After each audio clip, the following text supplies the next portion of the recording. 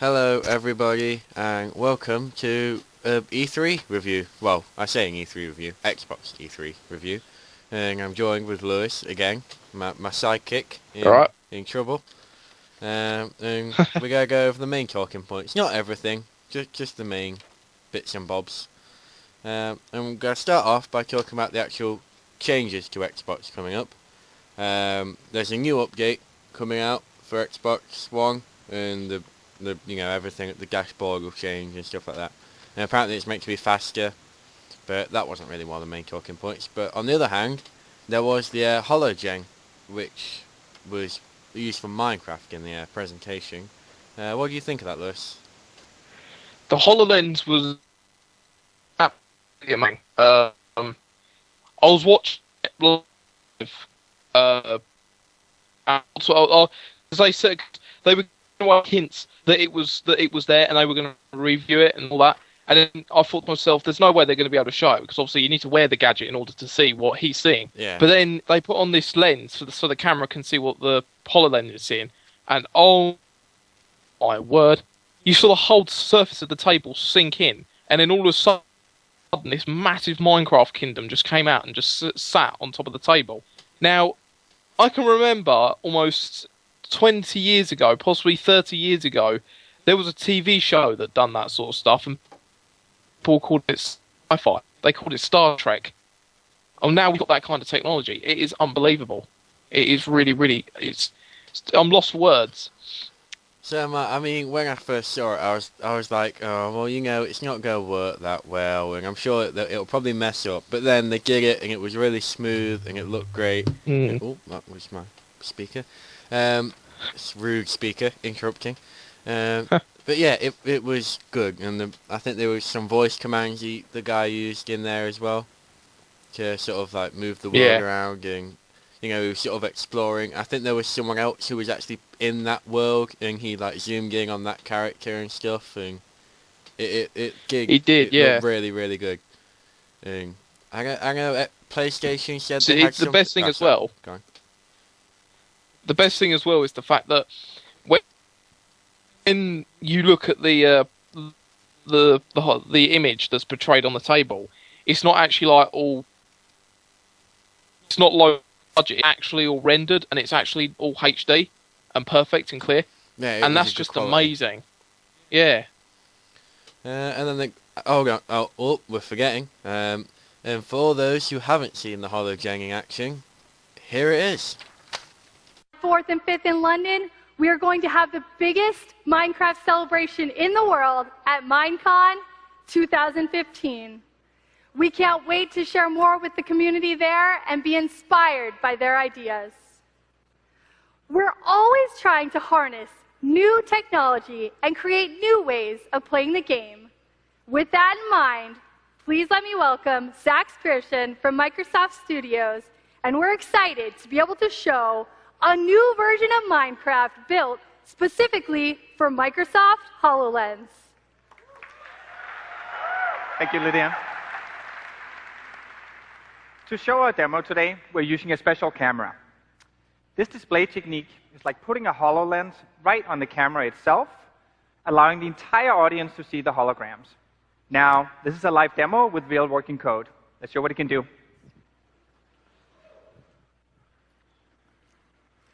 You can play the Minecraft you know today on HoloLens. Sax grabbed his Xbox controller to play through a giant holographic portal into a 3D Minecraft world right on the wall. Even though I don't have a HoloLens, I'm able to play together with Sax from my Surface. Are you going to come join my game, Lydia? I'm in now. I see you, jumping around. One of the cool things about HoloLens is that it lets you display Minecraft virtually anywhere. You can get different perspectives on your Minecraft world. It's awesome to play with the controller, but could we show them something new, Sax? Sure. Let's take our experience off the wall and then put it on the table over here. Create world.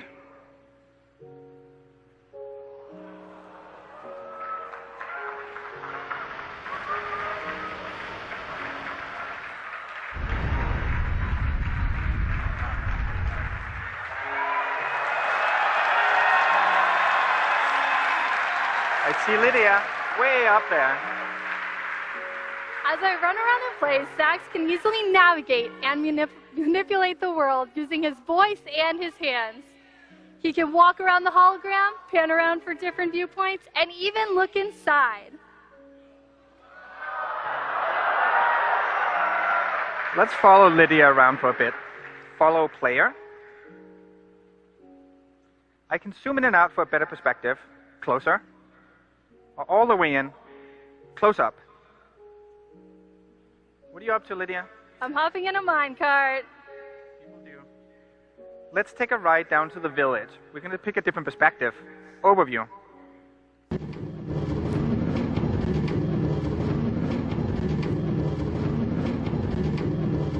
It's incredibly cool to have Minecraft on your table. Imagine seeing your own worlds like this.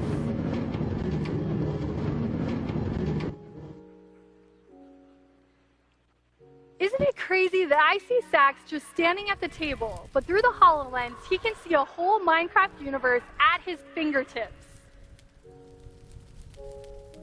You can even raise the entire world and see things that are normally hidden way underneath the ground. Could you give us a sneak peek of what's under that village, Sax? Sure. Grab the world, lift it up, and let's see what's hiding underneath Lydia. Ooh, huge stronghold right underneath. I'm gonna mark that for you. Mark that. But you're gonna have to find a way to break in. I see it. I'm on my way there now.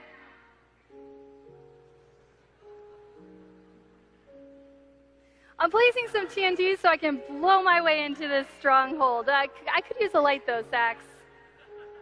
Good strategy.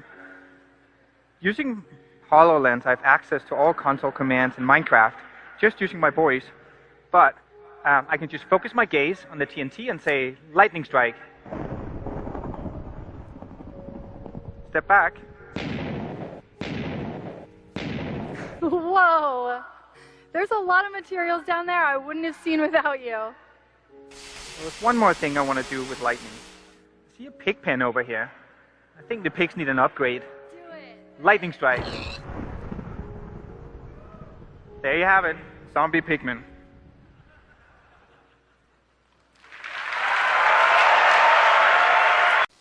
Welcome back, everyone. I hope you enjoyed that little Xbox trailer Good, hologen-ness. It was good.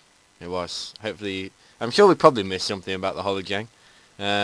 If we did, sorry, you will have seen it in the trailer anyway. So you'll get used to it. We're always missing stuff out. Yeah, that's just what we do. We can't remember everything, can we? But the next major talking point, which completely blew everyone out of the water, no one was expecting this, was the backwards compatibility for being able to play old Xbox 360 games on the Xbox One.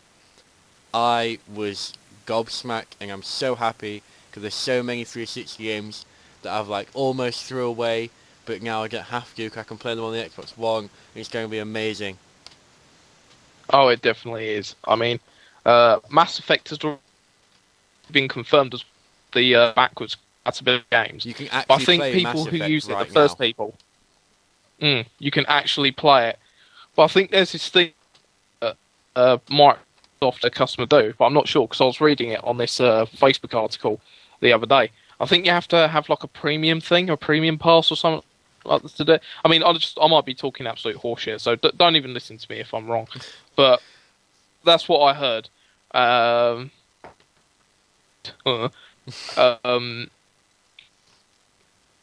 discussion with a couple of people about it, and I've already had a look at it myself. Toys, that's another one.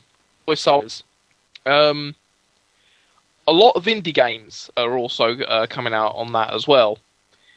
But I'm kind of more interested in what other games they're going to be taking from the equation as well. So, for example, a lot of the mainstream Xbox community are going to want to know if Black Ops 2 and all the, I don't know, the Call of Duty games, Battlefield games, all these games, are they going to be backwards compatible with the Xbox One?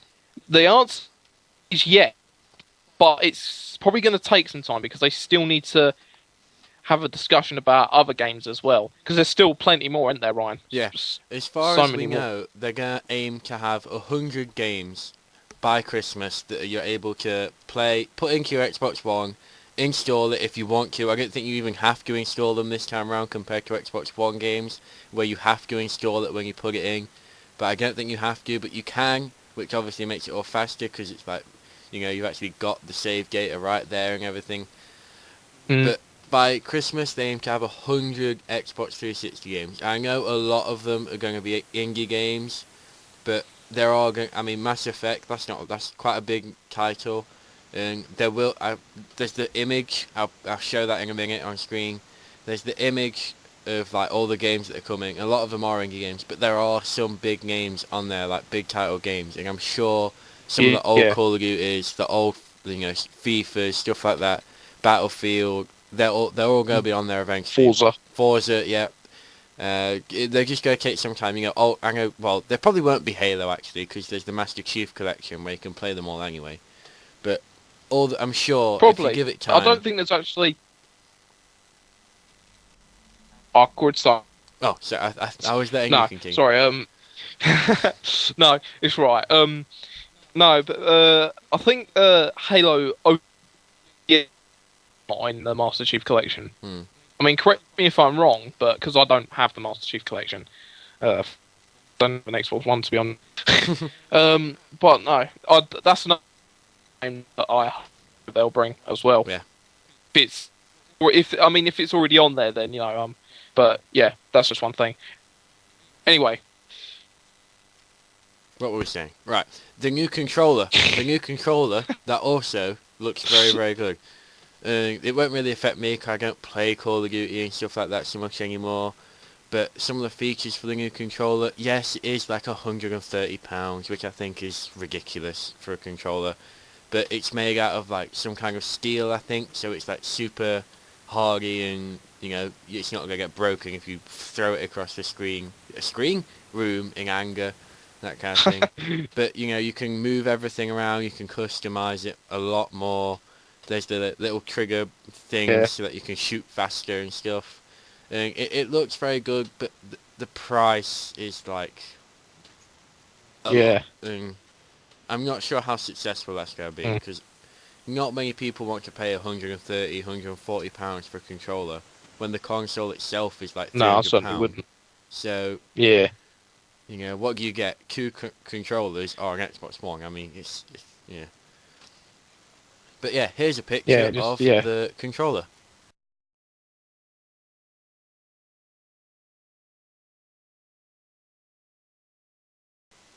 There we go. I hope you like that. There's a nice little picture there. That doesn't really show the movability, but I'm sure it will be. Games. That's a big games. Oh yes, games. What should we start with? Let's start with the good old Xbox classic, Halo 5. Who hasn't played Halo? Oh yes, that's a big one. They Halo. showed a lot of multiplayer stuff for Halo 5. The Warzone game mode looked insane, and they've like completely revamped how Halo plays in that game mode.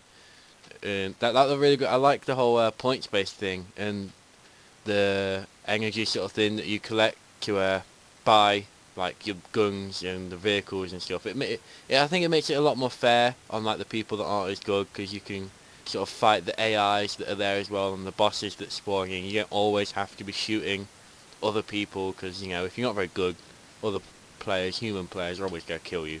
It makes it a bit sucky for us bad people. Yeah. What else? Fallout 4. Xbox are going to be working with Bethesda, and they're going to get some. Is it Bethesda that make Fallout? Sure, let's go with it. They're going to be working with them and getting some mods onto a Xbox One, which is going to be probably a first for Xbox, allowing mods and stuff.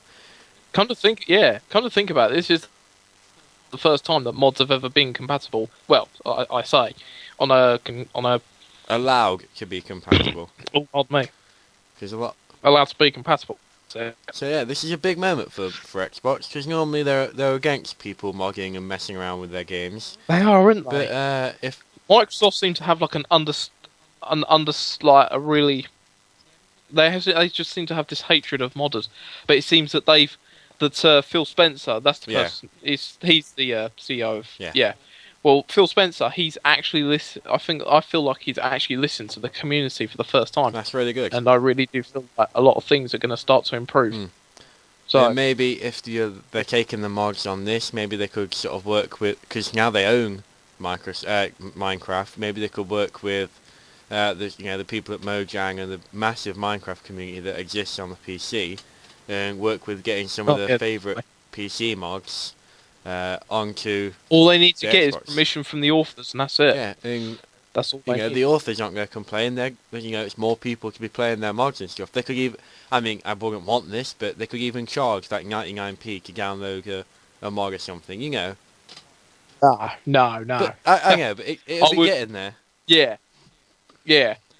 else? I mean, it's a step. It's a step. It is a Yeah. step. Hopefully, mods for Minecraft, more skin packs, texture packs, stuff like that. We want everything. What else? Yeah, definitely. Gears of War 4. Not a big fan myself, but Gears did 4. look pretty good. Well, I'm going to actually kind of open up to the fact that I've never actually played a Gears of War game to the full campaign, right from beginning to end. I'm going to admit that. The reason being was because during the period when Gears of War was actually a thing, when it was like one of Xbox 360's main games, I was into other stuff, so I never really got around to playing the Gears of War or growing up with the franchise like how most other people did. But judging from the trailer, it actually looks like it's going to be really good. It looks like it's going to make the fans' jaws drop. It looks like it's going to. It feels like it's going to be really good, because the trailer that we got to see, or the gameplay footage we got to see, was It did look good. It looked smooth. I mean, the graphics are always going to be good on games nowadays, but the graphics... Yeah. And like, a lot of the characters they brought in... I mean, I've never played Gears of War. I've not been a big third-person shooter fan, but a lot of my friends and stuff were massive fans of the first two games. But I think the third game kind of like fizzled out a little bit, which is why it kind of went downhill. But a lot of my friends that are Gears of War fans are saying, this could relight the series and stuff. So I'm going to take their word for that. If I'm wrong, don't hate. We're not Gears of War fans. Yeah, exactly. Rainbow Six. I played Rainbow Six Las Vegas. Was it a little bit? That was a good game. Rainbow Six Las Vegas. But then I never really sort of carried on after that. But the trailer did look very, very good actually. I watched the trailer before. Just sort of before we made this video. It was about 2 hours ago actually when I watched the trailer. And it did look very good. It looks quite exciting. I mean, I think they mentioned there's a big gas thing. It looks kind of intense. Like there's the Air Force One playing, I think, in there. And it looked good. And then finally, it's not an Xbox exclusive. Neither is Rainbow Six, I don't think. But how can we talk about any games console without mentioning the game that is Star Wars Battlefront 3? Star Wars Battlefront 3. Quite possibly the Bloody biggest hell. game. Like, I'll go back. Let's go back in time, 10 years. Little 7-year-old Ryan. Yeah, I'm 17. 7-year-old Ryan, sitting at home, playing on his PlayStation 2. He has a choice of games, but there's only one game he's going to be playing, and that's Star Wars Battlefront 2. I must have spent a good, 4 years of my life, until the 360 came out, playing Star Wars Battlefront 2 religiously, day in, day out, all the different game modes, like the Rise of the Rebellion, stuff like that, the Galactic Conquests, and then just when I finished all them, just playing the skirmishes over and over again, the heroes versus villains on Mos Eisley. It was such a good game, God. and I'm so happy that it's coming out again, and the series is back on Xbox One and PlayStation 4. The graphics are going to be better than ever. And going from the trailer and the gameplay that we actually got to see, it looks like EA, or whoever's, I know EA is sort of kind of running it, but it's not actually them that's made the game. But it looks, DICE, isn't it? That's the one. It looks like they've kept the old sort of ways of Star Wars Battlefront 2. They haven't completely changed it. And it looks like they've kept the sort of the old morals and philosophies of Star Wars Battlefront 2 and then just put that into a updated, better looking version of the game, and it looked incredible.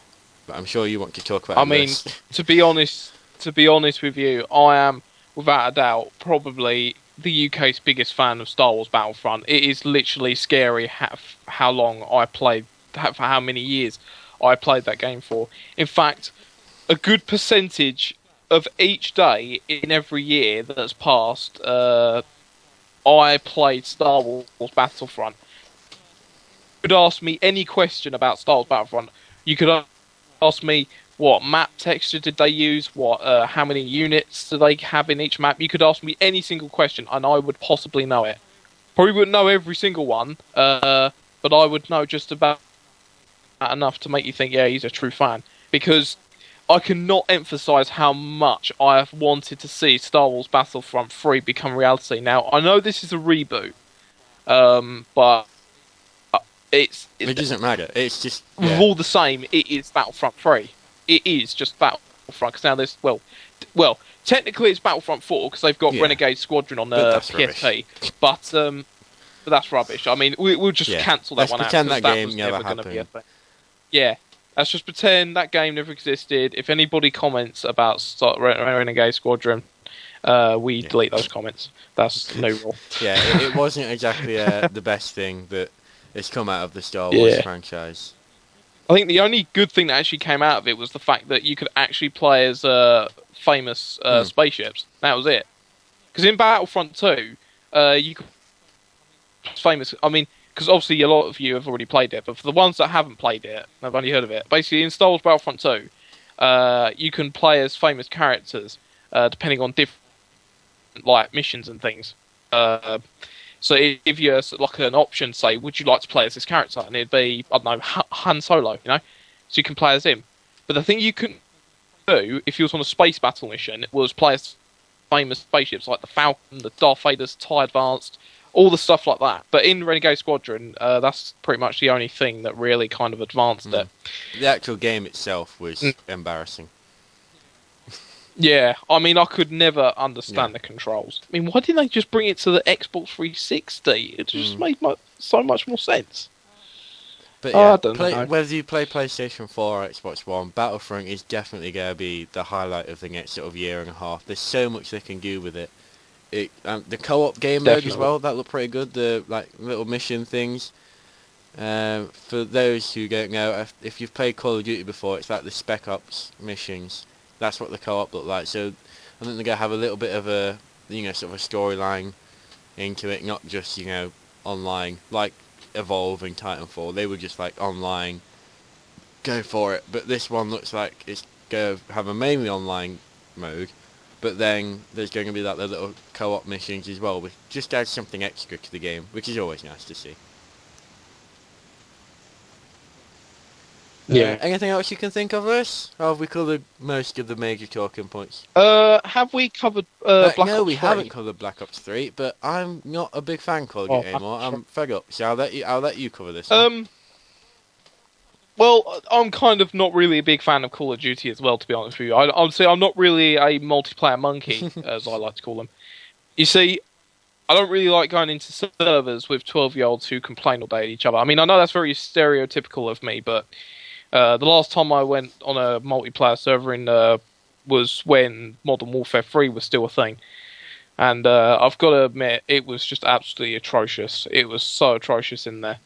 Nothing was being done properly, and it was like, guys, we got people to fight. We got to go win this. And everyone's running around bloody chucking grenades at each other, killing each other, and it's just, oh my god. But no, the only reason why I play the Call of Duty games is because of the campaigns. Now, I know a lot of you people like to take the piss and criticise the game itself just for being what it is. Like, it's always remakes and stuff like that. And hey, where's World War II gone and all that? But no, I like to play the campaigns. I'm just that kind of guy. I like to see how the story progresses. I like to see what thrills and what's around the corner, because you will get that. I've got to say that Modern Warfare 3 is probably the best Call of Duty they've done in likewise of campaign. Mainly the reason because I'm just one of those guys who likes action movies and things like that. It really appealed to me. I don't know, the Eiffel Tower come crashing down. That was good. The graphics in it were brilliant, and because obviously where I'm British, it's always nice I to love see a bit of chaos and disorder in France. Oh yeah, definitely. But it's also nice as well to see a bit of it come over here, because I don't know whether or not you remember, but there's a level where you're in the underground, and a load of Russians are on a separate tube train to you, and you're trying to shoot them. And then what happens is, halfway down the line, the helicopter that's following you shoots at them. It misses, I think, and it hits a Range Rover in front of you with other SAS people.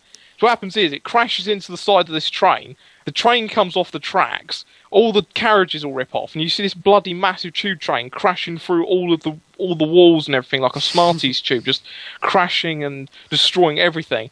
And the first time I saw that, I was like, fuck it. Now, that's literally what I said, but I'd done it out of a reflex. I just could not believe it. But partially, I must admit, that was because that was probably the first time I actually ever played Call of Duty. But yeah. Yeah, but we're waffling a bit. Yeah, sorry about that. You can cut this bit. Maybe. We'll probably leave a link. We'll leave it. There's going to be so many links in the description. It's going to be beyond belief. There's going to be links to absolutely everything. Because we'll just be sitting there waffling and just being... Yeah. But no, Black Ops 3, I was actually surprised because me and my friend a couple of months ago were talking about the possibility of a Black Ops 3. And then when I checked Facebook and saw the trailer for the first time, the small one, trailer. The teaser trailer, I was just like, oh my god, it's going to be good. It's going to be awesome. Now, this is what I seem to gather. It's set in the future. No, it's not set in the future. It's set in the way future. No, not even that. It's set in the way future. Because... from what I'm led to recall, we're now fighting super soldiers. Because apparently in the trailer it was saying that over time we're being given new bits of technology and new enhancements to make us much more better. I mean, I couldn't really fully begin to understand how the trailer was looking, because to be honest with you, it was a bit complicated. But from what I'm led to believe is, in this one we're going to be fighting loads of Captain Americas. Which is weird, but, a bit weird, because I'm one of those people that wants to kind of bring Call of Duty back into the realm, back into the real world, because I just really don't understand why Call of Duty are bringing everything they make into the future. I mean, Advanced Warfare, okay, fair enough, leave that in the future. It is Advanced Warfare. One thing I would just say quickly is my fears for the Call of Duty franchise is it's going to go so far that it's going to end up being in the realms of Halo, and I think if they go that far, that will spell the end of the Call of Duty franchise. Because if you're going because Halo and Call of Duty have always been kind of separated by the gap in time. Because Call of Duty's always been like modern day, World War II, that kind of era. But now they're getting into the future. They're stepping on Halo's toes. But Halo have been making the future games for so much longer than Call of Duty have, that I think if they do go that far, it's going to be a bloody mess, and Halo are going to come out on top, and that could be the end for Call of Duty. Yeah. And I know there's only so much you can do on World War II and that kind of thing. But that's where Call of Duty made its name. Like Call of Duty 1 and Call of Duty 2, they were brilliant. The thing is, Call of Duty, you've got to set... if you're going to set in World War II, you've got to set principles. Because Call of Duty, from what I'm led to believe, it was basically a World War II simulator. It had to be... near enough. It had to be close enough to the actual experience on the first original consoles. But I think it just kind of got more stupid as Activision got more money and realised that people were idiots. I'm not talking about you lot. Don't worry, I'm not talking about you lot. You I guys think Modern are Warfare awesome. 3 was the last it's good just game me they being made, me. because after that you had like Black Ops 2, Ghosts, and Yeah, all that. that's it. That's was what just I. like, Yeah. no, stop. What are you doing? And Yeah, because Modern Warfare 3 was the only one that literally felt down to earth. It's the same thing with Saints Row 2 and Saints Row the Third. Did you ever notice how, like, Saints Row 2 was about gangsters, but then Saints Row the Third was like luminous buildings and laser weapons and, you know, zombies and the military and things like that? And I was like, no, you can't go there, but, you know, they did what they did. But yeah, moving on, because there's another thing that we almost forgot. One of the things that you lot have possibly been looking forward to forever. So, well, since 2009. I think it's 2009. Probably Maybe. 2011. I'm not sure on the date. Yeah, an estimate. Rough estimate. they Crackdown. didn't show any gameplay, but they did promise that at Gamescom they would have gameplay and everything of it, which is promising. Crackdown is a good game. Now, I know that it wasn't at E3, but they've already got a trailer of it right now where they plow an oil tanker, into the side of a building, and it just, well, not inside, they literally ramp it and it crashes into the top of the building, explodes and all that. Which leads me to believe that I reckon in this new update you can destroy all the buildings. I reckon you can. Quite the task of whatever engine they're using to be able to destroy any building, but sure, bring it. Well, it's been done before. The Incredible Hulk, for example, you can destroy every building in New York. What's those games that are on Mars or the Moon? Red Faction, that's the one. There's Faction. Most things are destructible in that. But yes, we are waffling now, but I think we've covered everything there is to cover on Xbox. There's a load of new indie games. They're sort of working some more contracts and deals out with game producers, and there's going to be a load more indie games coming soon. Obviously we've done the controller, the hologen, the compatibility, some of the new games.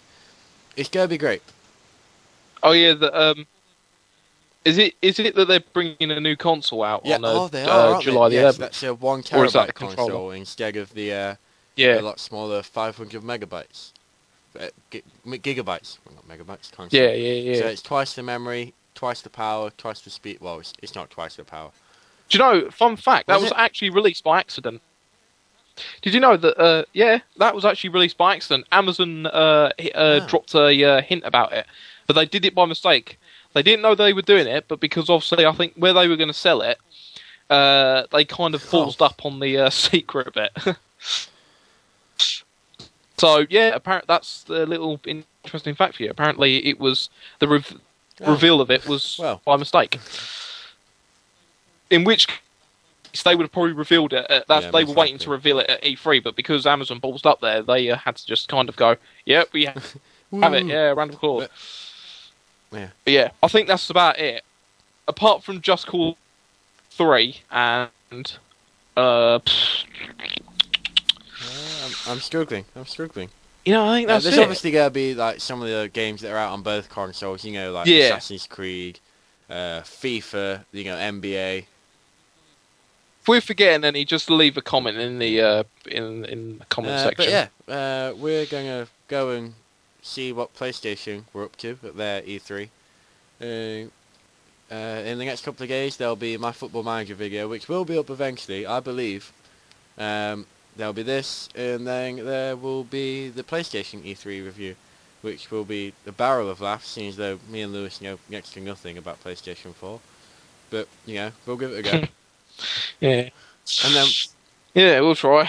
I mean, we've probably already balled up on this one, to be honest with you. There shall be a Nintendo, and oh boy, that's one to watch, because we know even little, that's not even a word, we know even less about Nintendo is what we do about PlayStation 4. So, as far as I know, the only people that play Nintendo are 5-year-olds, so I'm going to be quite interested to find out what's going on over there in the wacky world of Mario. People at barbecues. Yeah, we'll see you all shortly. Thanks for watching. Like and subscribe for more. Goodbye. Goodbye.